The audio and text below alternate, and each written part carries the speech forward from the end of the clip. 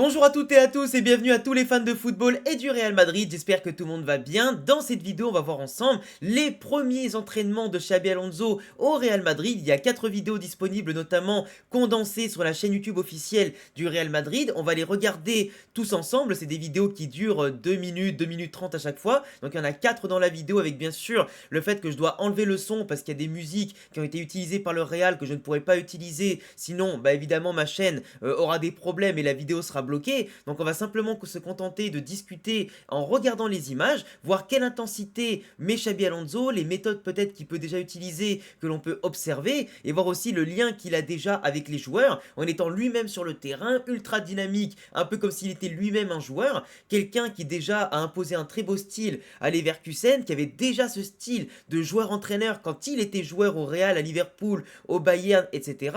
Quelqu'un qui avait toujours dans tous les cas ce destin né pour être un entraîneur un jour et qui aujourd'hui a déjà quelques méthodes et des discours qui fonctionnent auprès des joueurs. Évidemment, on le verra surtout lors de la Coupe du Monde des clubs, on le verra surtout la saison prochaine quand il y aura une belle préparation, parce que le Mondial des clubs finalement va servir de préparation à Xabi Alonso pour la saison prochaine, faire un petit peu, comment on appelle ça, l'expert qui va notamment aujourd'hui faire l'état des lieux de l'effectif, voir qui va être gardé, qui va devoir partir et simplement quel recrue on aura encore besoin, dans notamment un milieu de terrain créatif, dont notamment un attaquant type Rossellou évidemment, mais après à lui de faire l'état des lieux et de voir aussi aux entraînements comment ça se passe. Alors 4 vidéos d'1 minute 30, 2 minutes comme je vous l'ai dit, voire 2 minutes 30 qu'on va s'enchaîner et on va discuter là-dessus. Alors, le premier entraînement évidemment, ce qui est pas mal c'est que par rapport à ce qu'on avait vu avec Ancelotti, c'est que là on a déjà des vidéos d'entraînement. Avec Ancelotti, tu pouvais en avoir, mais tu vois quand même qu'il y avait une différence dans l'intensité, dans la façon dont les joueurs aussi semblent être appliqués, la façon dont il y a de la générosité aussi à l'entraînement. Tu vois, on voit quand même qu'Alonso, moi ce que j'apprécie, c'est un entraîneur qui est sur le terrain, qui participe. Évidemment qu'Ancelotti, il n'a pas le même âge, évidemment qu'Ancelotti a aussi eu une très grande carrière en tant que joueur au Milan AC par exemple, mais c'est vrai qu'avoir un entraîneur qui est dynamique, qui est là, qui a le discours, qui sait par quoi les joueurs sont passés, notamment dans leur carrière, parce que lui-même a eu une carrière, et voir que tu vois, il y a quand même un focus qui est fait sur la plupart des joueurs, que ce soit les joueurs pros, que ce soit les joueurs aussi du Castilla, que ce soit les joueurs un peu plus indésirables ou quoi, on sent que tout le monde ici est concerné, parce que avoir un nouveau coach qui arrive avec de nouvelles idées, de nouvelles valeurs, de nouveaux schémas d'entraînement, de schémas tactiques,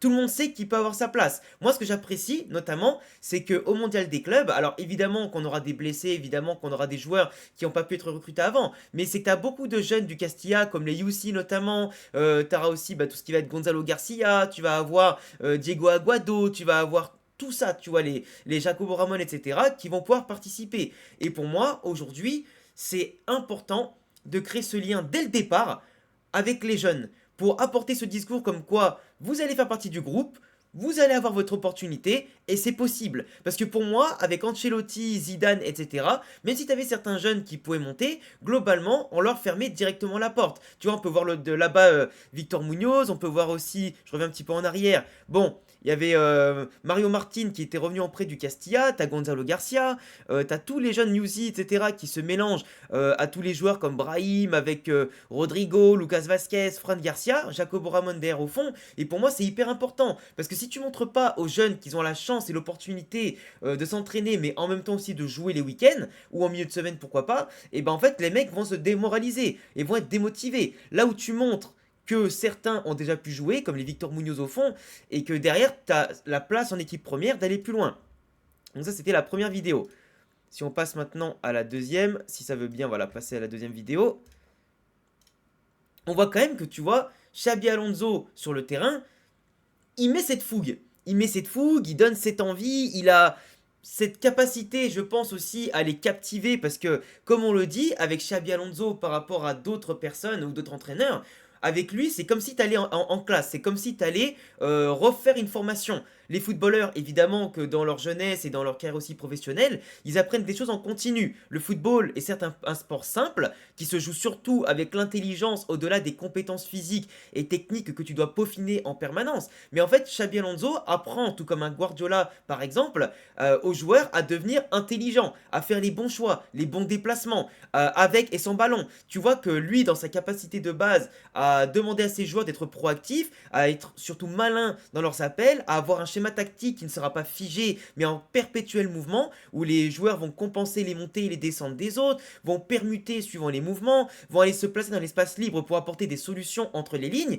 Et tu vois clairement que là, dans les petits jeux et les mini-jeux qu'ils font, c'est toujours contrôle, passe, déplacement. Tu vois, ils le montrent toujours en mouvement. Ils montrent toujours à qui tu dois le donner. Il y a toujours les circuits préférentiels qui vont être créés. Et ça, sous Xabi Alonso, c'est des choses qui sont parfaites. Tu vois, la passe en une touche, la remise, il la donne. Le taureau où ça fait bouger les uns et les autres, tu vois, voilà, toujours disponible. Et il le montre encore. Et pour moi, avoir un entraîneur qui prend la place, qui prend autant de place à l'entraînement que les joueurs, c'est primordial. C'est pas les entraîneurs qui vont rester sur le côté bras ballants et qui vont laisser leurs adjoints faire. Là, t'as cette volonté, t'as ce discours. Et pour moi, c'est le meilleur moyen aujourd'hui d'avoir des joueurs qui soient actifs, des joueurs qui vont vouloir comprendre et dépasser leurs fonctions. Et c'est trop bien, tu vois. C'est vrai que les vidéos sont courtes, mais globalement, ça colle parfaitement, je trouve, avec le discours qu'on a aujourd'hui par rapport à ce qu'il lui il a donné à la conférence de presse, la volonté de faire travailler tout le monde sur tous les plans. Ils savent qu'ils ont très peu de temps pour avoir cette cohésion-là. Mais globalement, on voit que tout le monde est concerné. Fran Garcia, je l'ai jamais vu aussi appliqué à l'entraînement. Lucas Vasquez, tu vois, il va faire partie un peu quand même des soldats expérimentés que Alonso, sur lesquels il pourra compter au moins dans le vestiaire, pas forcément sur le terrain. Tout comme les Fede Valverde, tu vois, les Brahim, etc. Même voir Militao. Militao, vous savez, je suis pas le plus fan de ce joueur-là, même si je sais qu'il a énormément apporté au Real Madrid. Mais malgré les deux ligaments croisés ou comme Carvajal, tu vois, les voir travailler, moi, ça me fait plaisir. Ça me fait sourire. Et les voir là, avec une potentielle revanche sur Alonso, c'est parfait. Tu vois, t'as Diego Aguado qui est au fond. Ah, ça me fait plaisir de les voir proches du coach, de voir que voilà, ça travaille, une, deux touches de balle, que ça met le maximum dans chaque frappe, dans chaque centre. Ah, ça me fait plaisir. Tu vois, il y a beaucoup de jeux où ça va se situer avec de la possession, avec des échanges rapides, voilà, dans les mini-jeux comme ça, des petites combinaisons, ça lâche vite la balle, ça joue collectif. Ça se déplace, tu vois Mario Martin qui donne le ballon, qui a directement fait l'appel à droite, puis ensuite la remise au centre. C'est exactement ce qu'on veut au Real Madrid, tu vois. C'est exactement ce qu'on veut. C'est pas tu donnes le ballon et tu ne suis pas. C'est normalement tu donnes le ballon et tu fais vivre autant le ballon que les joueurs. Et ça c'est parfait, c'est des animations qu'il faut. La passe en retrait, bon l'arrêt de Lounine pour le coup c'est parfait. Mais tu vois le débordement, le centre en première intention, se démarquer directement et en une touche tu la mets au fond. Ça paraît con, mais tu vois, de base, c'est ce qu'on n'a même pas vu au Real Madrid. On l'a vu sur de petites séquences. Et moi, franchement, je kiffe ça. Je kiffe ça, tu vois, la frappasse de Valverde. Oh là là là là. Putain, ça, tu vois, j'aimerais bien qu'il fasse plus de frappes comme ça. Il en a marqué des buts, hein, mais Valverde, normalement, ça devrait être 3-4 frappes par match minimum. Minimum encore, hein, je dis bien, hein. Tu vois, voilà, après, là pour l'instant, ils font pas trop d'opposition. Mais de ce que j'ai vu, moi, après, notamment sur Twitter, etc., c'est beaucoup de jeux d'opposition, attaque, défense, phase de possession, schéma préférentiel. Tu vois, voilà, c'est intensité, intensité, beaucoup d'efforts physiques. Parce que moi, ce qui m'inquiète un peu, c'est quand même que Xabi Alonso, lui, il bosse du matin au soir. De toute façon, voilà, il bosse du matin au soir, il arrive à 8-9 heures à Valdebebas, il repart à 21 heures. Mais en fait, il a dit qu'apparemment, il y avait beaucoup, beaucoup, beaucoup de travail à faire. Beaucoup de travail à faire, ça veut tout et rien dire, dans le sens que est-ce que physiquement les joueurs sont un peu à la ramasse parce qu'il y a eu des pauses, est-ce qu'ils sont physiquement à la ramasse parce qu'il y a eu des blessures, est-ce qu'ils sont tactiquement à la ramasse, et moi honnêtement je pense qu'ils sont vraiment tactiquement à la ramasse depuis Xabi Alonso, enfin depuis Carlo Ancelotti, donc je pense quand même que il y a du taf quoi. Là ce qui est pas mal c'est que sur la dernière vidéo de la vidéo du coup aujourd'hui que je vous partage, c'est que là t'as autant Mbappé qui est revenu, autant Hussein qui est arrivé, autant Arnold aussi qui est là, donc ça fait plaisir de voir que les recrues s'incorporent et les derniers joueurs de la Ligue des Nations aussi arrivent. Donc c'est parfait. Tu vois là, tu commences à avoir le groupe, tu commences à avoir tous les joueurs qui sont là, qui se mettent au diapason. Ça fait plaisir. Tu as Jude Bellingham qui est là aussi et c'est parfait. Tout le monde se met au travail. Luka Modric, ça donne vraiment envie d'assister un jour à une séance d'entraînement ultra complète. Moi, je vous dis, moi, j'aurais trop aimé faire une carrière de coach. J'ai des diplômes d'entraîneur hein, pour les catégories jeunes qui vont jusqu'à U15, U17. Mais moi, j'aimerais trop un jour passer les diplômes supérieurs, U17, U19, pourquoi pas senior. Même si là, pour l'instant, j'ai que 30 ans, donc j'ai encore le temps, hein, si je veux. Mais globalement, voir les séances d'entraînement des pros de si près, avec des vidéos comme ça, qui j'aimerais pourquoi pas voir plus longues, avec des plus grosses sessions filmées, ah ça serait un kiff, là tu vois c'est beaucoup qu'on appelle ça d'opposition, qui sont assez courtes, avec très peu de touches de balle demandées aux joueurs, c'est beaucoup de libération d'espace, de compensation, c'est beaucoup de vision de jeu aussi, c'est vraiment bien. Tu vois, c'est... Ça, c'est le genre d'entraînement qu'on n'a pas vu sous Ancelotti, on a très peu vu. Pourtant, des vidéos, le Real, les en font sur le réseau, hein, avec des stories, etc. Mais j'ai pas l'impression qu'on voyait déjà la même intensité sous Ancelotti qu'avec Alonso. Et moi, tu vois, j'adore, il est ultra attentif à tous les détails. Il va te dire à tel joueur comment le faire progresser, les Kamal, les Chouameni, les Brahim, les Arda Güler, etc. Il va tous te les faire progresser. Et je suis persuadé que certains qui étaient vus comme des seconds couteaux ou des joueurs qui étaient un peu abandonnés, moi je suis persuadé qu'il va leur faire passer un cap en les mettant dans la bonne zone du terrain, en quadrillant bien leur rôle, en leur apprenant bien aussi à développer cette vision et cette intelligence que peut-être les joueurs ont, mais en tout cas qui leur manquait. Tu vois, regarde, je vois des joueurs qui sont ultra déter. Les joueurs ont l'air ultra affûtés, ultra déter. Moi, c'est vraiment tout ce que je demande. Tout ce que je demande. Quand je vois des Fran Garcia au top du top, tu vois, Youssi par contre, lui, écoutez-moi bien, Carrera, s'il est pas là, il est toujours pas là. Et peut-être qu'il ne viendra pas, mais moi je pense qu'à 99%, il viendra parce que le Real en a besoin et globalement ils vont mettre l'argent au bout d'un moment.